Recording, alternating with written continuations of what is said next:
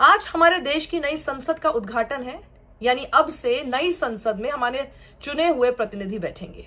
लेकिन इस बीच शाहरुख खान के इस ट्वीट को लेकर कई लोग जो अभी तक शाहरुख के फैन सपोर्टर हुआ करते थे, जिन्होंने शायद अपने पूरे परिवार को भर भर के उनकी फिल्म पठान इसलिए दिखाई क्योंकि एक वर्ग उनका बॉयकॉट कर रहा था, आज वो क्यों उनके इस ट्वीट के बाद ये सोच रहे हैं कि शाहरुख की रीढ़ झुक गई, शाहरुख खुद झुक गए या शाहरुख अब वो नहीं रहे।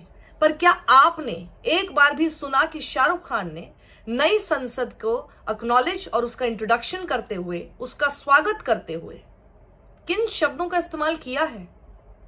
आपने भी बिना सुने, बिना पढ़े, बिना समझे जज कर लिया कि शाहरुख खान ने अगर ट्वीट किया है नई संसद के बारे में तो वो अब वो नहीं रहे या वो झुक गए।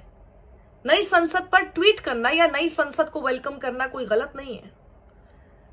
अब वही संसद होने वाली है, अब वहीं पर आपके हमारे विषयों पर चर्चा होगी, इसलिए उससे नफरत करना आपकी तरफ से कोई समाधान नहीं हो सकता। दरअसल प्रधानमंत्री नरेंद्र मोदी ने ट्वीट करके लिखा था कि the new parliament building will make every Indian proud. This video offers a glimpse of this iconic building. पूरा वीडियो वो बनाया हुआ था और उन्होंने आगे लिखा कि मेरी एक स्पेशल रिक्वेस्ट है कि आप इस वीडियो को शेयर कीजिए अपने अपने वॉइस ओवर में, जो कि आपकी थॉट्स, क्या सोच है वो बताती हो, दर्शाती हो, और मैं उनमें से कुछ को रीट्वीट करूंगा। और लेकिन जब आप ऐसा करें तो #MyParliament MyPride का इस्तेमाल करना ना भूलें। शाहरुख खान ने उस मौके का सही इस्तेमाल किया और उन सब शब्दों के साथ देश के प्रधानमंत्री नरेंद्र मोदी तक अपनी बात रखी, जो कि शायद इस देश की आत्मा, इस देश में हर नागरिक इस वक्त चाहता है। भारत का नया संसद भवन, हमारी उम्मीदों का नया घर। लेकिन अगर जिन्होंने बॉयकॉट किया था उनकी फिल्म को, उन्हें ऐसा लग रहा है कि उनकी जीत हो गई, कि देखिए शाहरुख खान ट्वीट कर रहे हैं, वेलकम कर रहे हैं नई संसद को, और उनको लग रहा है कि जिन लोगों ने भी शाहरुख खान को सपोर्ट किया उन लोगों का अपमान हो गया, तो रुको जरा, आप दोनों ने ही सुना ही नहीं कि शाहरुख ने क्या बोला। और मैं उम्मीद करती हूं कि नरेंद्र मोदी ने जो शाहरुख खान के इस ट्वीट को कोट करके लिखा है, beautifully expressed, The new parliament building is a symbol of democratic strength and progress. It blends tradition with modernity. #MyParliament MyPride. Beautifully expressed लिखा है। तो क्या एक्सप्रेशन है शाहरुख खान का? उसकी एक एक शब्द को अगर सच में समझा है और सुना है देश के प्रधानमंत्री नरेंद्र मोदी ने, तो समझिए कि शाहरुख खान आपको क्या बताने की कोशिश कर रहे हैं, क्या कहना चाह रहे हैं और इस संसद से क्या उम्मीदें लिए वो बैठे हैं। 1 मिनट 47 सेकंड का इसमें पूरा दिल, सब लोगों की सारी समस्याएं एक साथ प्रधानमंत्री और देश के हर उस चुने हुए प्रतिनिधि के सामने रख दी है और उनकी जिम्मेदारियों का एहसास उन्हें कराया है।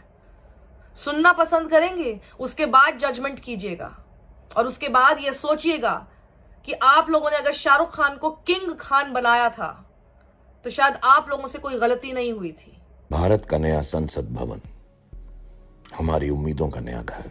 क्योंकि उन्होंने अपने इस 1 मिनट 47 सेकंड के वीडियो में स्वदेश फिल्म का गाना यूज किया है तो कॉपीराइट के इश्यूज हो सकते हैं, इसलिए मैं आपको शब्दशः बताने की कोशिश करूंगी कि आखिर शाहरुख खान ने क्या कहा है और एक एक शब्द को समझने की कोशिश कीजिएगा कि शाहरुख आज भी वही बात कहना चाह रहे हैं जो इतने सालों से वो अलग अलग तरह से आपके सामने अपने मैनरिज्म से, अपने एक्सप्रेशन से, अपने तौर तरीकों से या शब्दों से कहते आए हैं। कुछ नहीं बदला है। अब देखिएगा, शाहरुख ने कहा, भारत का नया संसद भवन, हमारी उम्मीदों का नया घर, हमारे संविधान को संभालने वालों के लिए एक ऐसा घर जहां 140 करोड़ हिंदुस्तानी एक परिवार हैं। ये नया घर इतना बड़ा हो, यानी ये उम्मीद कर रहे हैं, ये नया घर इतना बड़ा हो कि इसमें देश के हर प्रांत, प्रदेश, गांव, शहर, कोने कोने के लिए जगह बन सके। इस घर की बाहें इतनी चौड़ी हों फिर से उम्मीद जता रहे हैं कि इतनी चौड़ी होनी चाहिए, इस घर की बाहें इतनी चौड़ी हो कि देश की हर जाति प्रजाति, हर धर्म को प्यार कर सके। यही आप चाहते हैं कि नहीं चाहते? इसकी नजर इतनी गहरी हो कि देश के हर नागरिक को देख सके। हर नागरिक नहीं दिखाई दे रहा है ना, जान सके, उनकी समस्याओं को पहचान सके, हर नागरिक को देख सके, इसकी नजरें इतनी गहरी हो।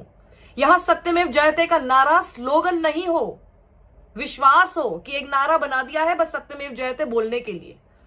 नहीं, ऐसा नहीं, उसको विश्वास बनाएं। यहां अशोक चक्र का हाथी, घोड़ा, शेर और खंबा एक लोगो नहीं हो, बल्कि वो हमारा इतिहास हो। आगे उन्होंने इंग्लिश में बोला है, उसको भी मैं आपको ट्रांसलेट करके बताऊंगी। उन्होंने कहा, it is said that a parliament is to the nation what the soul is to the body. ऐसा कहा जाता है कि संसद देश के लिए वैसी ही होती है जैसे शरीर के लिए आत्मा होती है।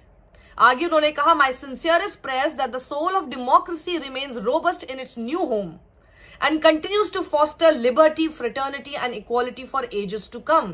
आगे वो कहते हैं कि मेरी दुआ है कि लोकतंत्र की आत्मा उसी तरह अपने नए घर में भी जीवित रहे और आगे स्वाधीनता, भाईचारा और समानता को हमेशा पोषित करती रहे। आगे वो कहते हैं, may this new abode of democracy, second time democracy का इस्तेमाल किया, may this new abode of democracy build a new age that is renowned for its scientific temper and empathy for all. इसका मतलब मैं आशा करता हूं कि ये लोकतंत्र का नया स्थान एक ऐसा नया युग लेकर आए जो अपने वैज्ञानिक स्वभाव और दूसरों की भावनाओं का सम्मान करने के लिए जाना जाए।